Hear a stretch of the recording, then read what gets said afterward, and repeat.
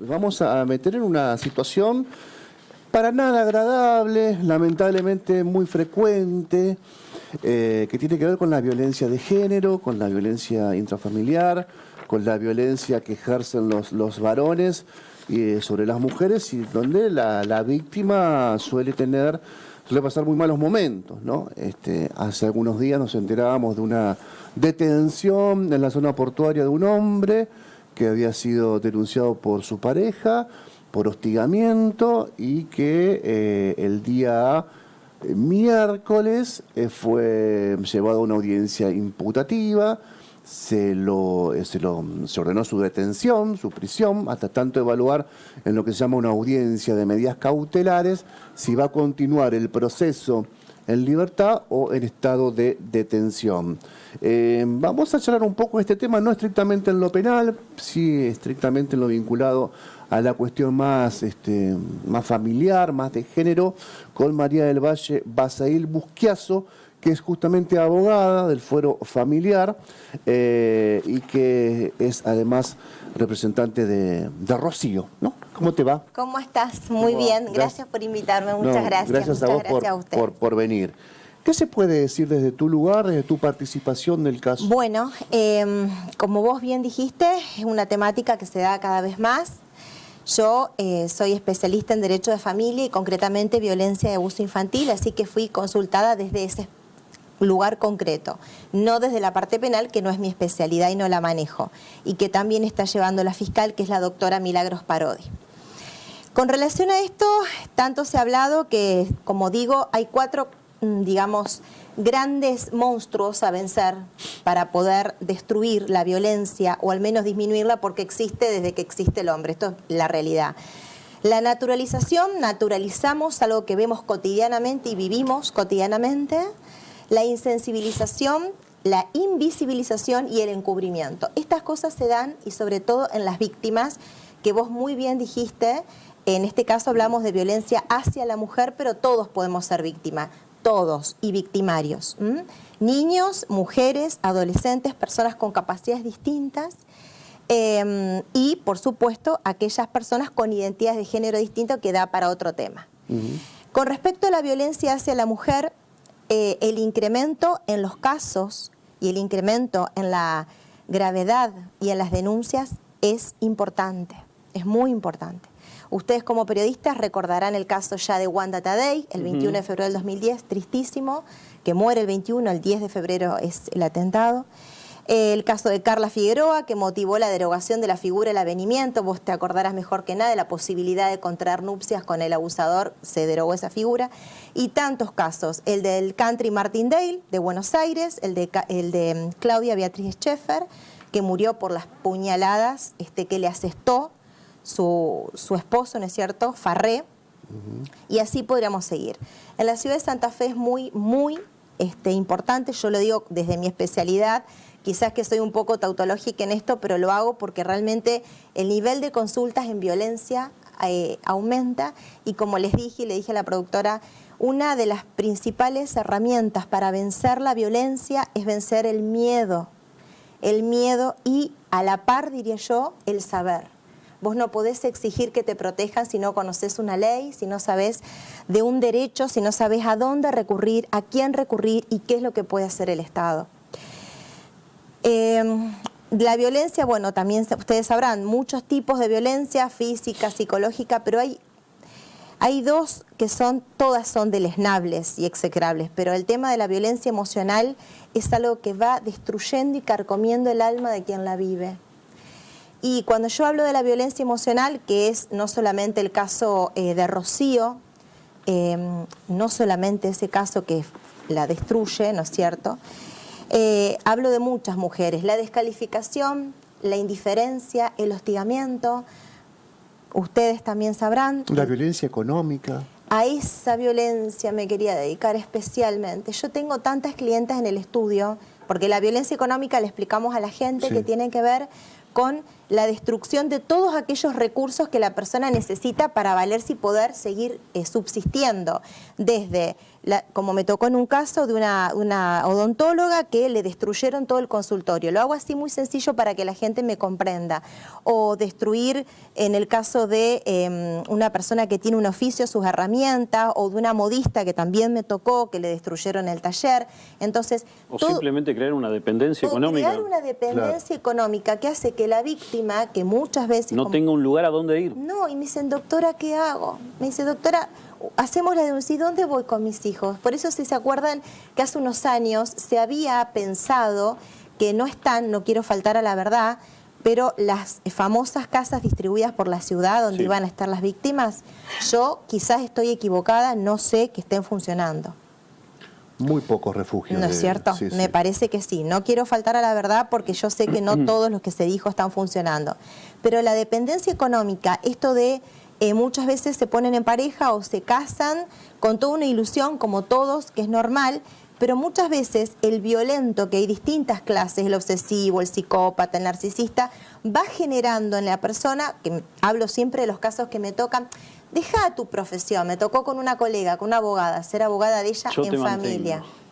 Sí, me tocó, y vos sabés que dejó su profesión y a los años se divorció, y ahora tenemos en el código la figura de la compensación económica. Ustedes sabrán que en el caso de divorcio como de separación, cuando uno se va a vivir en pareja, la famosa unión convivencial, ahora antes le llamaban concubinato, cuando la ruptura de esta unión te genera un manifiesto desequilibrio económico, y el ejemplo es esta colega que tuve que ayudar en familia, dejó su profesión y a los 15 años esta persona decidió terminar la relación y hacer una pareja nueva. Ella quedó con 15 años dedicados a su matrimonio y a sus hijos, sin su profesión. Un caso famoso en Buenos Aires con la famosa doctora Marisa Herrera, que fue condenado el ex esposo, que era médico, a pagar en su momento, que era un montón, y ahora sigue siendo mucho, pero 8 millones de pesos, cuando apenas salió unos añitos después del código, 2019. Entonces, deja de trabajar, yo te mantengo, o el contralor o la extensión de las tarjetas. La dependencia económica es terrible, porque la víctima a veces se ve constreñida a seguir, obligada, porque también luchamos con el prejuicio. Yo como mujer, orgullosa mujer que soy y mujer de derecho, veo que mis pares son las primeras en juzgar. Y a nosotros, los que nos especializamos en violencia, nos enseñan cosas, mitos y prejuicios. Uno que vos vas a escuchar: no, pero se queda por la plata. Le gusta la plata tanto que se aguanta que le peguen, textuales palabras. O, no, pero lo que pasa, ¿sabes qué? Es que cuando se alcoholiza o se droga.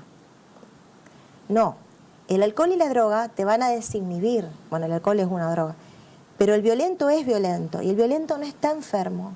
El violento es consciente de lo que hace, porque la violencia... Y está loco cuando se encuadra esa situación de hizo una locura, no. La persona que padece psicosis, que es el que habitualmente llamamos loco, es una enfermedad. Por supuesto que es una enfermedad gravísima. El violento es consciente, por eso tiene la intencionalidad. No es lo mismo ser agresivo si viene alguien corriendo con una silla en la cabeza y yo algo le voy a tirar para frenarlo porque voy a sobrevivir, pero el violento tiene la intención de hacerte daño. ¿Cómo? No servís, sos una inútil, ¿quién te va a contratar? ¿Quién te va a dar trabajo? ¿No ves qué gorda que sos? ¿No ves qué fea que sos? No servís ni para mamá.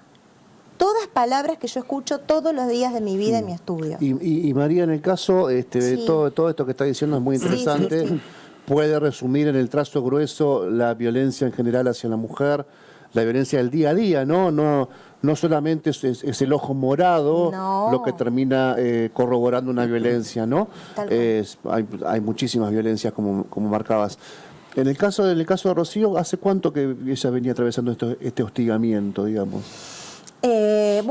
Ella ya hizo su declaración y lo comentó bien, pero ella manifiesta de la violencia, más o menos la duración de pareja, como comentó y como es de público, estuvo 3 años en pareja, que eso es lo que, como dije, es de público y notorio, y todo tipo, según sus manifestaciones, que están en la declaración penal, pero sobre todo la cuestión emocional, que es a lo que yo hacía hincapié. No hay peor cosa que vivir con miedo. debe ser terrible. Vivir con miedo a salir, vivir con miedo a hablar con una persona, a trabajar, y no es así, ¿no es cierto? Por eso, como decíamos hoy con la doctora Parodi, dejar las cosas a la justicia y que la justicia resuelva. Y el caso, hay muchas Rocío, hay muchas Wanda Tadei, muchas Carla Figueroa, muchísimas. Como también hay hombres víctimas de violencia. El vínculo legal de Rocío, porque hay gente que está entrando recién ahora de este tema, escuchándote a vos. El vínculo legal de Rocío con quien la hostigaba, ¿era de pareja, convivencial? Según lo que ella manifestó, sí, estaban en una unión convivencial, tenían una relación y estaban en unión convivencial, por lo que ella manifestó. Uh-huh. Uh-huh. Y ahí, ¿cuál es la recomendación, digamos, que vos harías en general, para no meternos, digamos, tanto en ese tema, cuando existe ese ligamen legal entre las personas? Mi recomendación es, más allá de que estés casada, que estés viviendo con alguien o que meramente tengas una relación de noviazgo. Ustedes escucharon de un caso muy famoso ahora también, que tiene un adjetivo calificativo, la persona, el violento, acá en Santa Fe, que le dicen, me parece que el loco de la ametralladora, una expresión así que incluso en Fiscalía se está hablando hoy. Ir y denunciar, recurrir enseguida. Con 1 mes y medio de relación, la persona comenzó a tener esos actos de hostigamiento. De Barrio Mariano Comas. El caso de Barrio Mariano Comas. ¿Viste? Sí, bueno. Sí. Entonces, más allá del vínculo que sea, denunciar, recurrir a nuestras fiscalías de género, que también, pero realmente están trabajando, y a los tribunales de familia, que es mi especialidad, a pedir medidas. Sepan que las personas están protegidas, que pueden pedir medidas de distancia por tiempos específicos, que pueden pedir un botón de pánico, botón antipánico, que están protegidas, que Argentina tiene muchísimas leyes. La víctima con miedo es como que no ve. Estás tan paralizada que te quedás quieta en tu lugar y no sabés a dónde recurrir. Hay muchos lugares para informarse con respecto de lo que decías primero. Exactamente. Pueden ir, el tribunal para hacer las denuncias está en Urquiza y Tucumán, que están la Secretaría de Vulnerabilidad. Ahí pueden y van a ser recibidos excelentemente bien porque tienen mucha contención, tienen la Defensoría del Pueblo, pueden ir directamente a Fiscalía. Perder el miedo y saber que, otra cosa importante, que los abogados no somos imprescindibles para esto, que las personas pueden ir sin necesidad de pagar un solo centavo a nadie para poder ir a hacer la denuncia por violencia. Sí o sí tienen que ir, pueden hacerlo solitas, verbalmente, por escrito, no necesitan el asesoramiento letrado. Tenemos 2 leyes de violencia importantes, 11.529, que es la nuestra, la provincia, y la nacional, la famosa Ley de Violencia de Género 26.485, que la pueden googlear y es muy clara y la van a entender. Sergio, ¿querías agregar algo? No, simplemente que me parece importante remarcar esta situación que la doctora planteaba de, ante todo, informarse, y me parece fundamental esto de, si no se conoce un derecho, no se lo puede defender, básicamente, y eso también, de alguna forma, doctora, configura una forma de violencia, el hecho de negarle la información a una Absolutamente. persona. Y otra forma de negar la información es no capacitando a todos aquellos que trabajan básicamente en el Estado para poder transmitir. Hay muchísimos oficiales de la fuerza que saben, ¿no es cierto?, cómo actuar en violencia y otros que no. Pero las capacitaciones son necesarias, es vital en la policía, en los hospitales, en los sanatorios, en las empresas. Necesitamos seguir hablando y capacitando para ver a dónde recurrir. No solamente, y para no revictimizar. Y para no revictimizar, tal cual, tal cual. Doctora, muchísimas gracias. Gracias a ustedes, han sido más que amables. Bueno.